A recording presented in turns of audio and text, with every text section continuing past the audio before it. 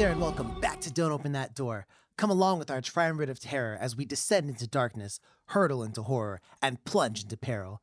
If you've ever walked through one of those Halloween haunted houses, you're in the right place. I'm Justin, and I'm the master of unlocking. I'm Nico, and Haunter was my favorite Pokemon as a kid, and still is. I'm Dan, and I'm that bum who forgot his Halloween costume. And we're here today to review Haunt. So, we open with a young woman named Harper and her friend Bailey. Harper's in a relationship with an abusive boyfriend named Sam, and her friends are trying to basically get her out of it. And as it turns out, it's Halloween night. So they all decide that they're going to go out with some of their other friends, including two guys named Nathan and Evan. After hitting a bar, the group of friends decide to try a haunted house. So they kind of fortuitously find one in the middle of nowhere, and they feel as if they have no choice but to enter. Now, Dan, you know a little bit about fate. I mean, how do you feel about that? I was in a band once that talked about 21 of them. Oh, shit. Oh, fuck. But the group now are greeted by a silent man dressed as a menacing clown. He hands them waivers, and they see that on the rules, they have to deposit their cell phones in a lockbox outside the haunted house, which I don't think is a good idea, but apparently they did. So that's what they did, and they enter the haunted house. At first, the haunts are relatively minor, potentially even corny, but that soon changes. The group decides to split up and head down separate paths, which is a really fucking bad move. Harper goes with Evan and one other friend, but then the other friend disappears. Meanwhile, Bailey goes with Nathan and a different friend, but she falls for a trap and cuts her hand deep. Well, speaking of deep people, we got to turn to Nico now. Hey. What happens next?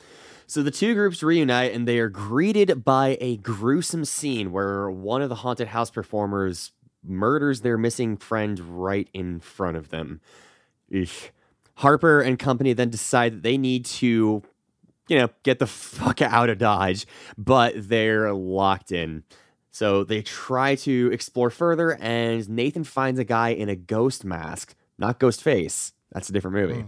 But he finds a guy in a ghost mask that says that he's willing to help them, which turns out to be a lie because he definitely kills Evan.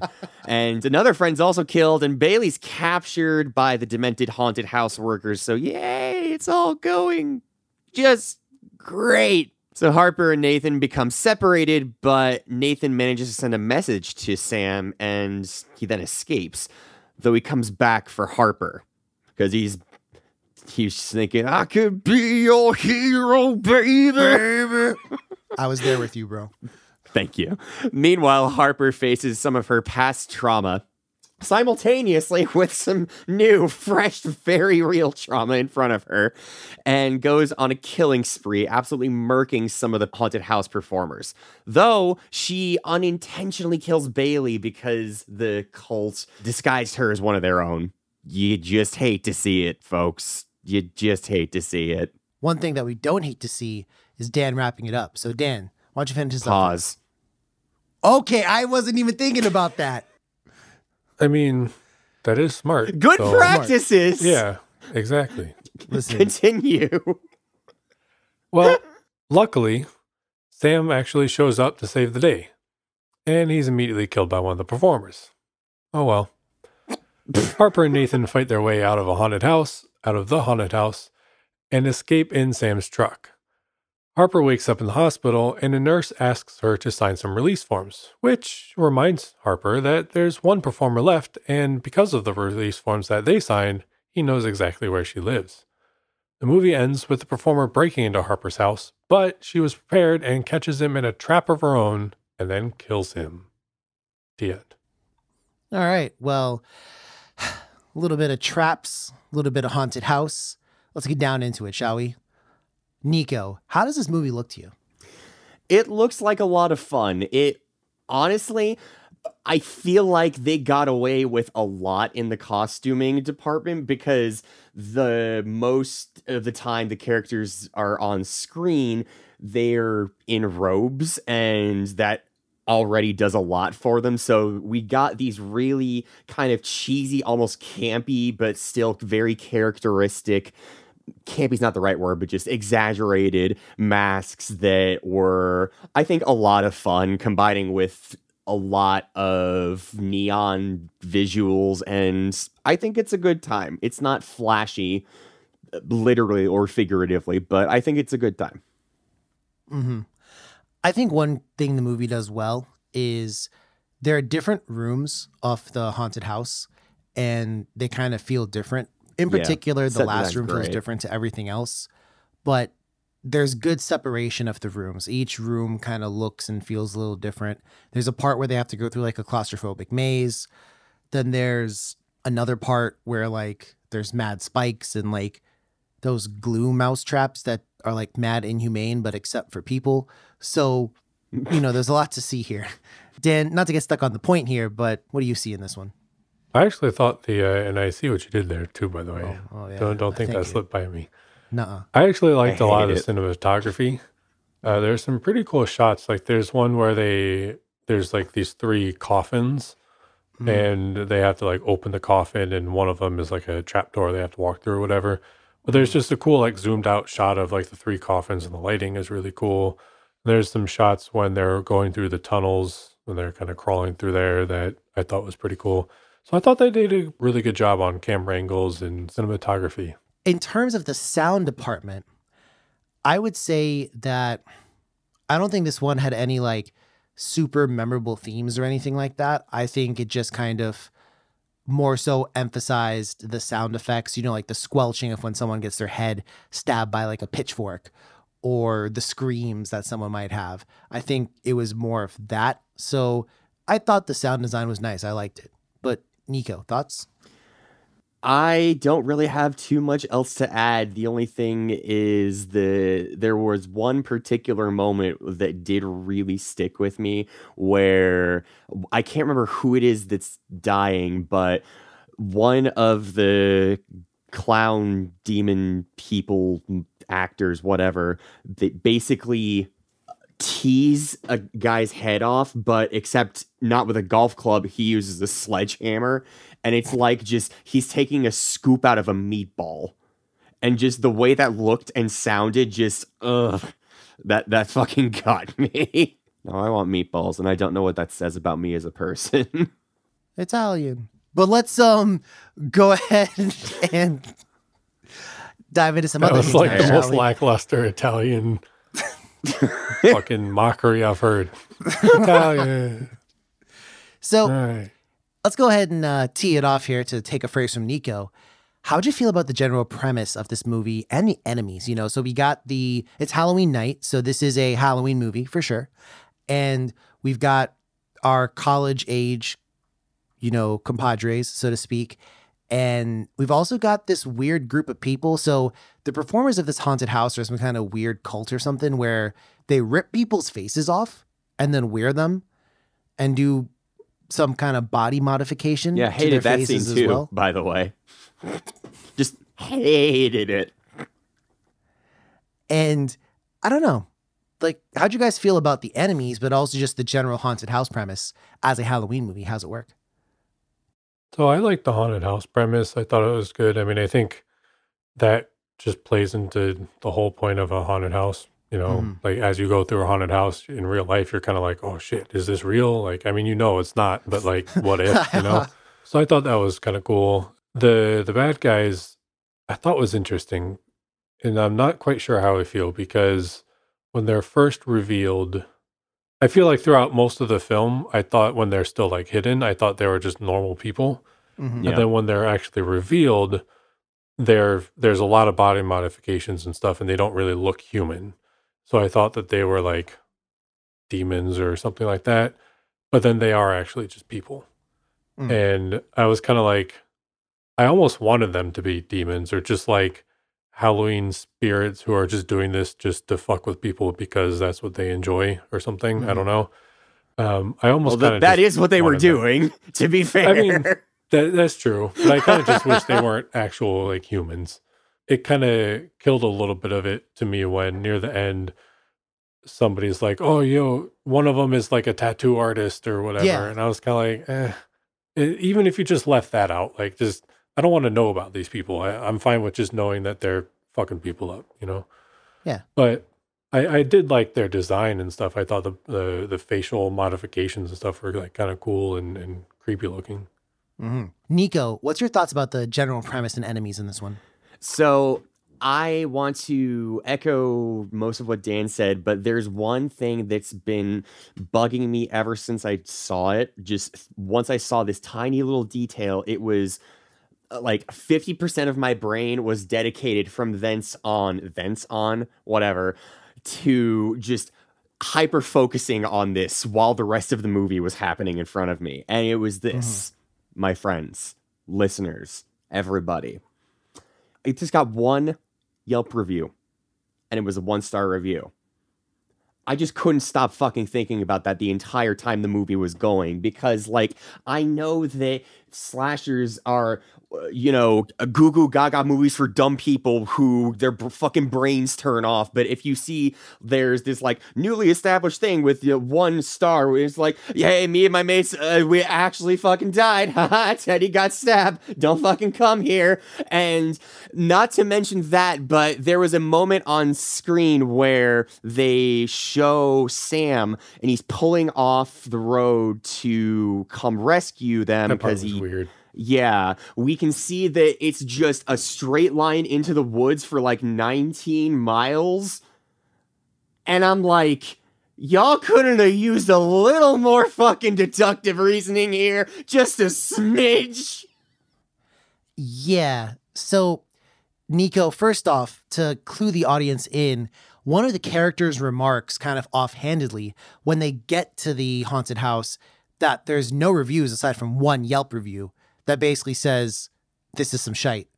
So, yes, not that you're saying the movie had a Yelp review for 1 star. No. The haunted house in Correct. the movie, the characters speak on that, yes.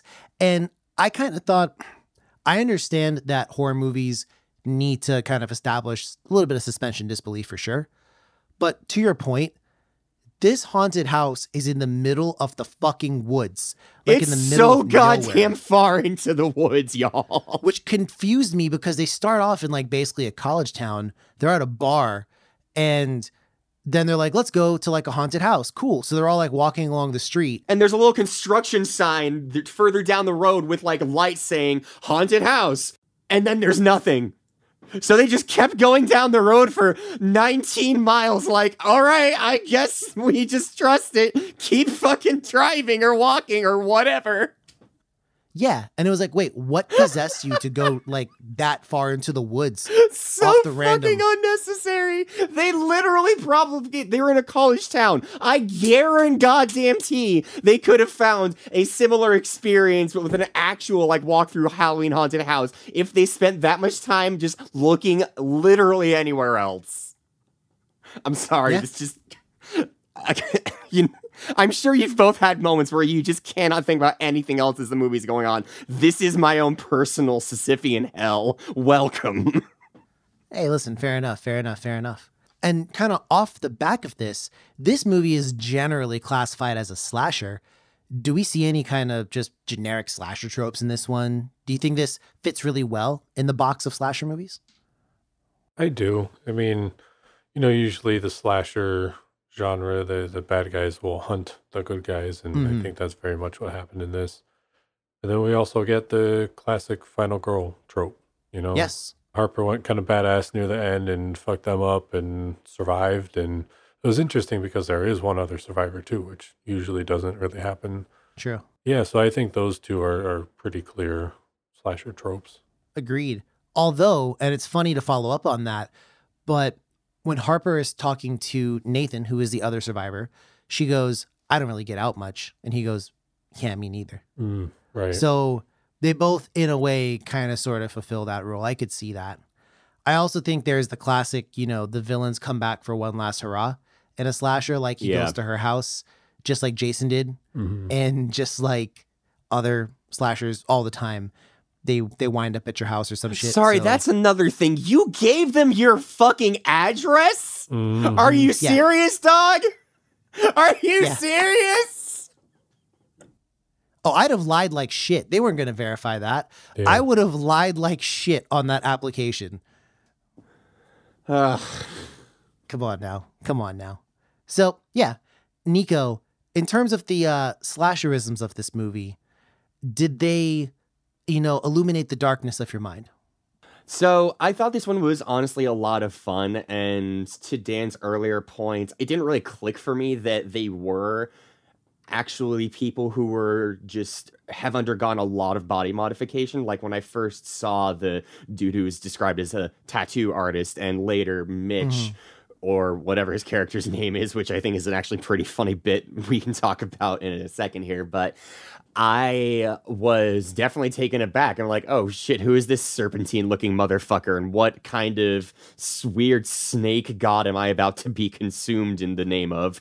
So I thought the design was honestly pretty creative and a really interesting opportunity for using a community that a lot of people, I think, probably just don't end up getting to see a lot of. All right. That's fair. That's fair. And this isn't quite like a trope, but this is a theme of the movie that I did kind of want to talk about a little bit. And we've mentioned things like this before on the podcast, in particular when we talked about movies like Babadook and other things of that ilk. So the main character, she has a backstory of being abused.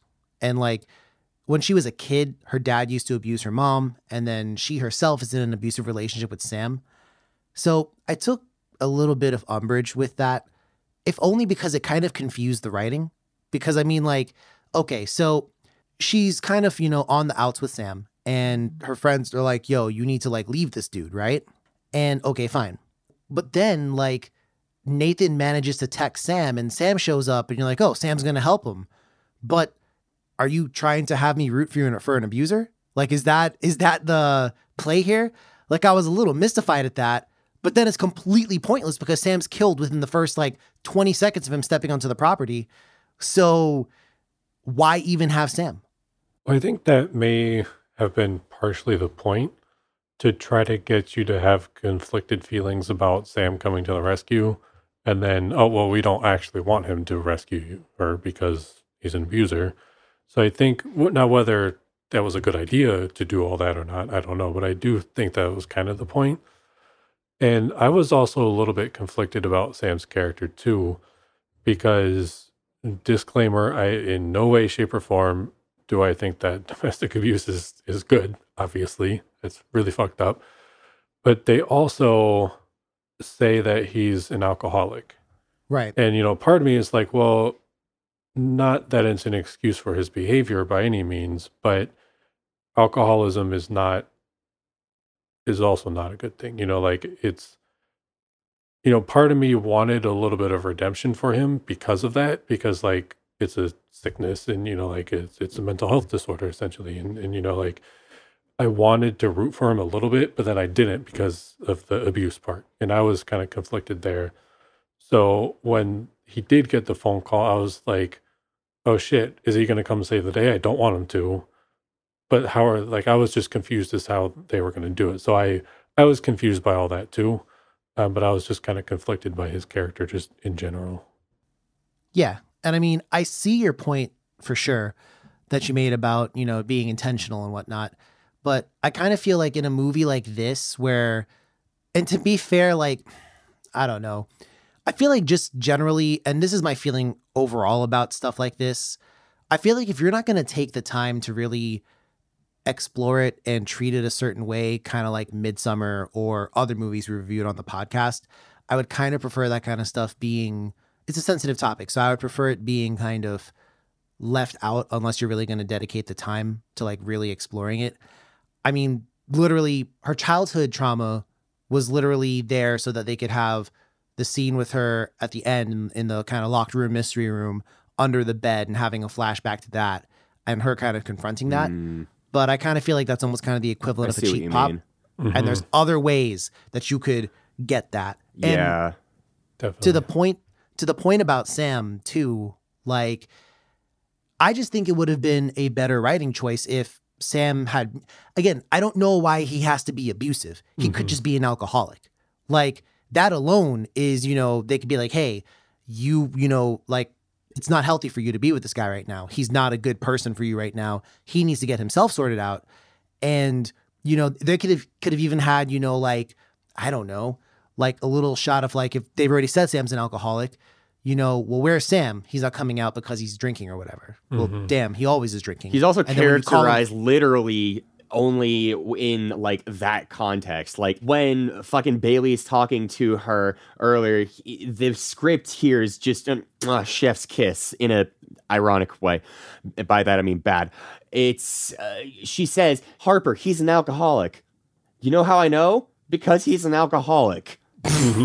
Which is such a fucking nothing statement. Like, you couldn't characterize him at all other than to rename the, you know, thing that he's currently going through. Like, come the fuck on.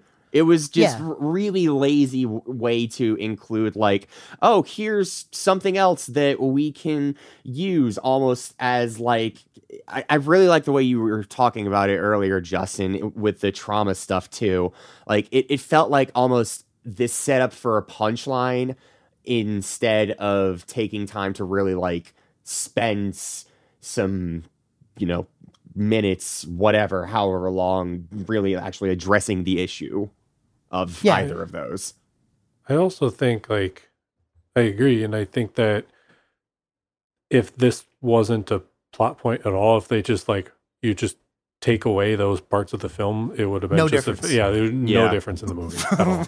I also Like, want to it was say superfluous. one more thing about this, and I know part of this is just because, you know, movies gotta have characters that interact and have intertwining stories, but like, yo, if I was in a fucking murder house with either like some of my, no matter if they're close friends, whatever, I wouldn't be like, hey guys, now in this moment right here is the time that I want to let you know I was really abused as a kid. Like, what? Yeah. Yeah, but that's what I was saying, though. They had to say that so that the scene could make sense, like, half an hour later when she was under the bed. And I was like, no need, unnecessary. She could have Like- hid under the bed without having any trauma. Yep. Yeah, or even, and this is kind of my thing too, there are a number of ways that we could have gotten to that point. Or you know what they could have even said simple as? She's a scaredy cat. She's scared of everything. And then at the end of the movie, she decides she's not going to be afraid anymore. There you go. Easily solved. Then we cut out She all also that could have abuse. just like broken through the window in the door. Oh, with we can the- talk. I want to talk about that later. Okay, We're talking good. about that later. Okay, Absolutely, we good. fucking are. But So real quick, one oh, thing, sorry, go ahead. real quick, last thing with that, as we're talking about like kind of poor writing. One thing that I found was Jesus Christ. interesting is that the filmmakers, Scott Beck and Brian Woods, wrote the script for this at the same time they were writing the screenplay for A Quiet Place. Really? Same people. No And A shit. Quiet Place doesn't really have these kind of issues. No. So I find that interesting that I don't really think that the rest of this film is like egregious or anything like that No. in writing. So I know we're kind of harping on this point, but I don't think that's indicative of the entire movie. But I agree. I do find it interesting that, you know, these two movies that have are like very different writing wise are the same people. Yeah, and this is my very last point on it. I think that I wanted Sam's redemption, Dan. Like you said it best. I wanted Sam, even if he was an alcoholic, which is, you know, fine. Like I'd maybe, you know, just have a scene of him putting the drink down and coming to help her when she really needs help or something. Yeah. Give me some kind of something, because why have a character who's just a shitheel that just dies? But if, I don't know, if you wanted to go that route, then have him be bigger in the movie. They never even interact. We literally see a thing of a conversation and he's like, hey, please, can we talk? Please, can we talk? Please, can we talk? Like, what the fuck is going on? And then he calls her and she doesn't reply. And she had replied to him earlier, but then they like stop and everything else. And I'm like, again, the whole story, I was like, I don't know. I wish they had done a different route. But I want to ask too, as we're kind of all talking about the writing here, the ending, right? As we kind of mentioned before, kind of classic final girl ending. How did you feel about also how like the performers were just kind of defeated? Like literally Harper kind of takes a bunch of them out in the hallway. She kind of goes, hey, we're in a hallway now, so you have to approach me. bang, bang, you're all dead from a shotgun. Yeah. I thought the ending was kind of dumb. Like the like very, very end when she like fucking activates all of her trap cards or something. Like, I thought I that was love kinda that dumb. shit personally. I thought it was really hokey, and maybe it was like kind of supposed to be, but like I couldn't stop thinking like the whole movie. She mentions that she has this dream where she goes back home to see her mother, or she goes back home 'cause she hasn't been home in a while, and especially her mother and her father was abusive to her mother. So she goes back home and her mom answers the door, and we even see this in a dream, and they hug each other, whatever. So then the only time that she actually does go to her house, she fucking rigs it up with spike traps and shit. Like, what if I went home to my mom and I was Hey just like, mom, "Hey, hold yo." on a sec. We're gonna reconvene, but Yeah. I need to home alone this shit right fast. Yeah, like that's my sticking point that I couldn't get past. Granted, It was his just, sticking like, point too. a minute, but yeah, You well, he couldn't did get stuck. past it. Yeah, but I thought that was kind of dumb, personally. Yeah, I didn't mind the fact that the clown performer burned down the house. All the other performers had died at that point. Mhm. And I was like, okay, fair enough. You know what I mean? Although, Also, pause. Why is everything around us covered in oil? what can Yeah. oil be used for, children? Like, I was like, Is oil Fire the cheaper fuck- than paint? that's the title for this episode. Oil is cheaper than paint. Because, Like, I want to be very fucking clear. I liked this movie a lot more as it went on, but just the amount of single-digit brain cell activity that I am now realizing was in this fucking film is incredible. dude, you know what my favorite thing is that happens in this movie? What's that? Nathan and Harper, there's a guy with a gun. He shows up. He shoots one of the performers, and then Nathan and Harper overpower him. He Yep. drops the gun. Yep. Nathan and Harper leave. 15 minutes later, the guy shows back up again with the gun. And then he shoots Nathan. And I'm like, bro, you could have just taken the gun. You Oh, could have just no. taken the gun. What the fuck is wrong with you? They also like totally ignore wounds in this. Yeah. Like, Yeah. Harper took a nail through her foot, and her hands, she ripped the skin off her hands because she was like, her hands were stuck with the sticky shit, and she pulled her hands off, and like the skin on her hands was gone. And yet she's over here like banging on shit, and, like Wait, Dan, grabbing things. you forgot she also takes a shotgun Yes. shell to the fucking Yes, shoulder. correct. Yeah, she But fucking can does. still climb a fence. Yo, my favorite part is you have a shotgun like constantly shooting in And front she of just you. walked towards it. And she was crouching. She was crawling. Go 1 foot to the left, 1 foot to the right. Just fucking pick one. Yeah, I was like, why are you standing up directly in front of the shotgun that you just saw kill someone? What?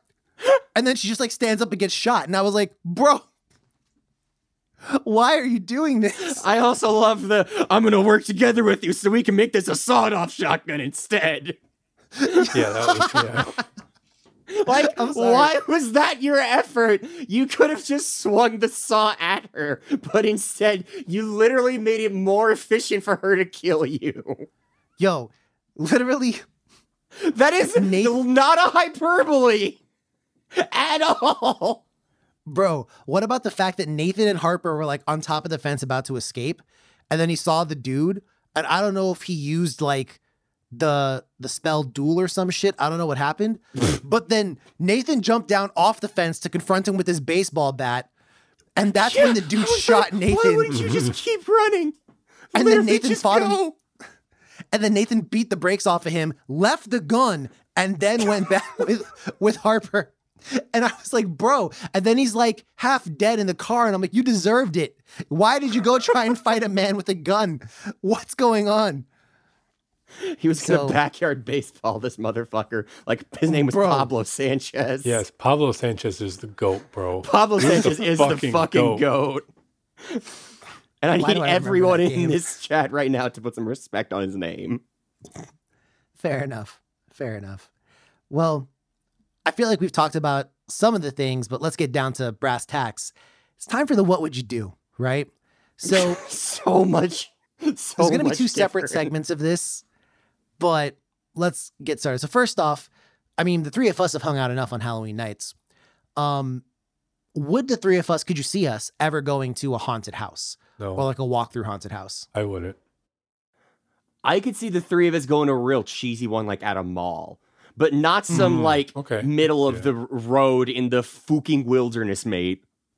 Yeah, I was going to say I would do like a cheesy one, but I'm not about to do those like extreme ones you see where like you got to sign a waiver. So if you die, it's not our fault. We're going like, to actually chase you through the woods and there's legally nothing you can do to stop us. Yeah, there's like ones where they're like, we're going to like handcuff you and gag you and drag you around. I'm like, yo. No, Justin, that's a different activity. Yeah, different. It's different. Yeah, wrap it up. All right.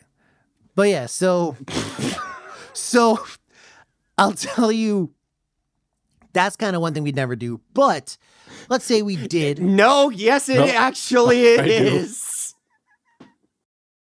Now, let's say that that's something we actually did, going to a haunted house. At what point in our hero's journey? Oh, we're going to a haunted house? Hold on, let me make sure I come equipped. You just fucking put a condom on right then and there. What the fuck? All right, so moving on past that, at what point in our hero's journey would you say you'd be like, nah, bro, this isn't gonna fly anymore? Would it be when they got to the split, safe and not safe? Like, would that be it? Would it be when there's, you got to lock yourself in the coffin? At what point in time would you say, yo, this is no bueno? Jump Street. Yeah, I assume that we're starting this in the building already, right? Yes. Okay. Yes. Yeah.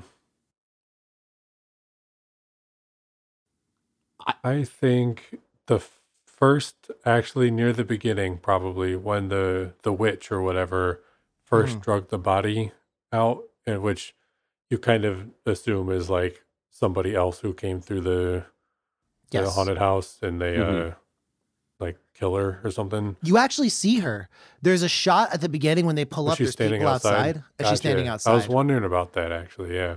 Oh. So that is when I would think things are no bueno.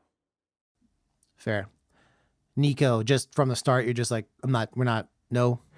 Yeah, I mean, honestly, it is pretty hard to suspend my disbelief in this one, particularly for the part where they quite literally see someone murdered in front of their own eyes. So, okay. I mean, yeah, but in terms of the certainly very fun set design, which I do really, really enjoy, the part that would fuck with me the most, I think, would probably be the hole in the wall where there's the tunnel and the tons of arrows pointing to it, because, like, nah, dude, that's some Silent Hill shit. I am not here for this. True. Now, between the three of us, right? Let's say we did end up getting trapped for some reason. What would be each of our, like, specific skill? What would each of us bring to the table to escape from such a haunted house? Wingspan.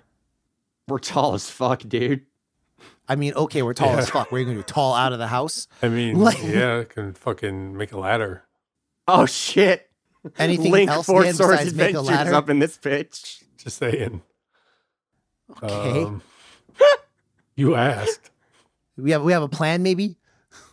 I mean, aside from just kicking the shit out of them, nah, not really, man. Okay, so I was going to say we should probably just kick the shit out of them, because they come one at a time. And they're slow as fuck. Could have been an ass beating. Yeah. I don't know. Also, I'm going to say this. At the very end, Harper is very clearly standing on some, like, the door is, like, made of plywood or some shit. And I'm like, yo, you can, she literally, once there's a hole in the door, she starts ripping it off and gets out. I'm like, girl, are you telling me you could not, like, kick the door down or kick a hole in the door and get out? Or just fucking body slam it or something. I don't know. Like, that was kind of cheesy. Also, the part where she was stuck in a box made of, like, actual particle board or some shit, when fucking Nathan comes back and he hammers through, and that's what I'm talking about. That's the exact part I'm talking about. Oh, I thought you were talking about the door with the fucking Rube Goldberg locking mechanism. Oh, no. Which you also could literally, there was a window panel there of that same shit. I'm pretty sure she could have just, like, fucking punched through, pulled the door handle, and gotten out. Like, I got nothing. Also, she had a key ring for it and then just gave up after the first key. Yeah, she sure did, huh? Mm-hmm. She tried one key, said, fuck it, this shit ain't working. And then just like, I was like, oh, okay, I guess. But not to belabor the point, but I want to hear your criticisms of the movie. But before that, it's time for the critic review. So where do we think this movie landed with critics? I think it was kind of nice. 69, okay. Yeah. For as much shit as I'm giving this movie, I feel like it's been probably received pretty well. So I'm going to take a guess and say like low 70s, like 73 or something. Well, this was a close one, but Dan just about edges you out. It's got a 70 from critics Nice. Wow. on Rotten Tomatoes. Surprise, surprise, audience score is at 100%. Are you shitting me? He's trolling. Now, granted, this is an Wait. aggregator, so it's not like it has like a perfect score in that regard, Right. but it is interesting to see that 100%, and it just says fewer than 50 verified ratings, so I don't know out of how many people, but Okay. still, it's interesting. So I don't think I've ever 2 seen the people said audience they give, liked Fucking baddie. probably, but I don't think I've ever seen 100% audience score on Rotten Tomatoes Mhm. before. I don't think I've ever seen that. What a So- fucking movie to have it on. I want to know your score. And again, just brief general thoughts. I think we've talked a lot about our criticisms. So just brief general thoughts and yeah, what you thinking? I thought the movie was kind of good. We did shit talk it quite a bit, but About 15 minutes. More than that. I actually kind of enjoyed it. It seems like it was super campy, and parts of it kind of were, but I feel like when I was watching it, I didn't get all that campiness. Mhm. I don't really know how to describe that, but I enjoyed it. It was a good movie. I'm going to give it same thing Nico thought the audience was, a 73. Mhm. I think that it's a decent base. I thought it could have been better. I think they had a really good set design. I would have loved to see more puzzles. I liked the last room that Yeah. Harper was in. I would have killed to see more of that. I already talked about my issues with some of the writing and some of the plot lines they opted to go with. I just feel like this is it's a fun enough movie, I suppose. It just, I feel like could have been so much better.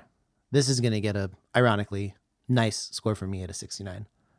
So I'm also going to give it a 73 because I'm boring and just continuing with my guess.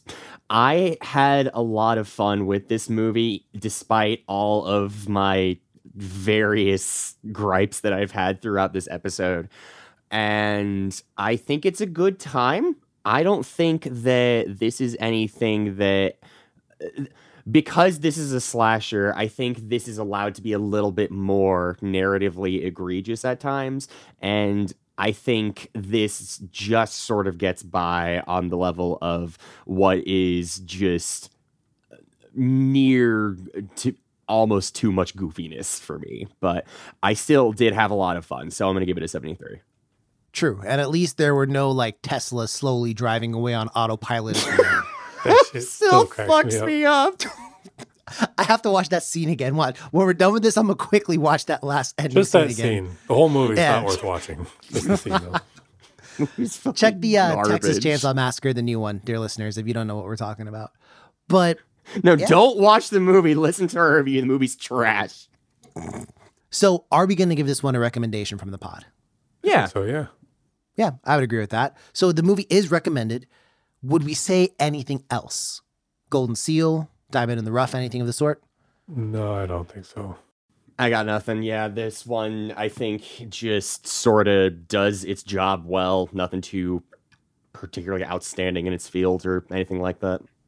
Yeah, I'd agree. And I would also add that, you know, at time of recording, and probably more so when this episode is released, Halloween is not super far away.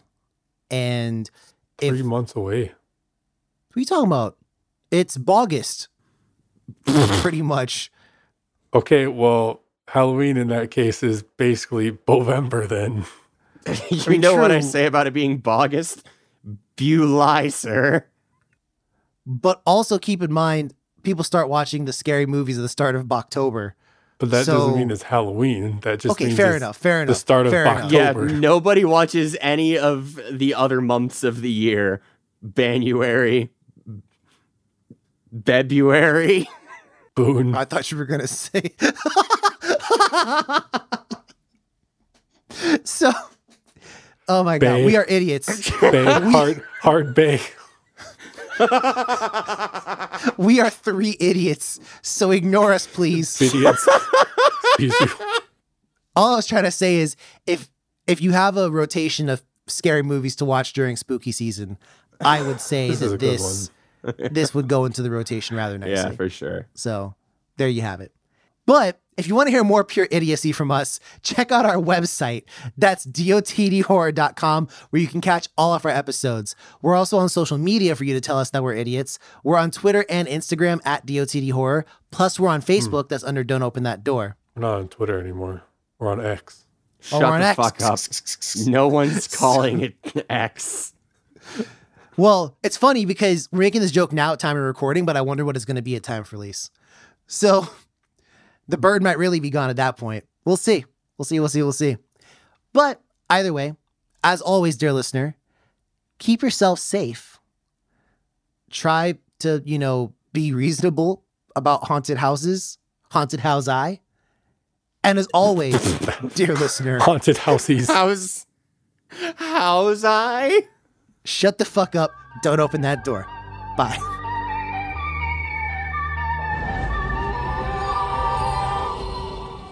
Ha ha ha!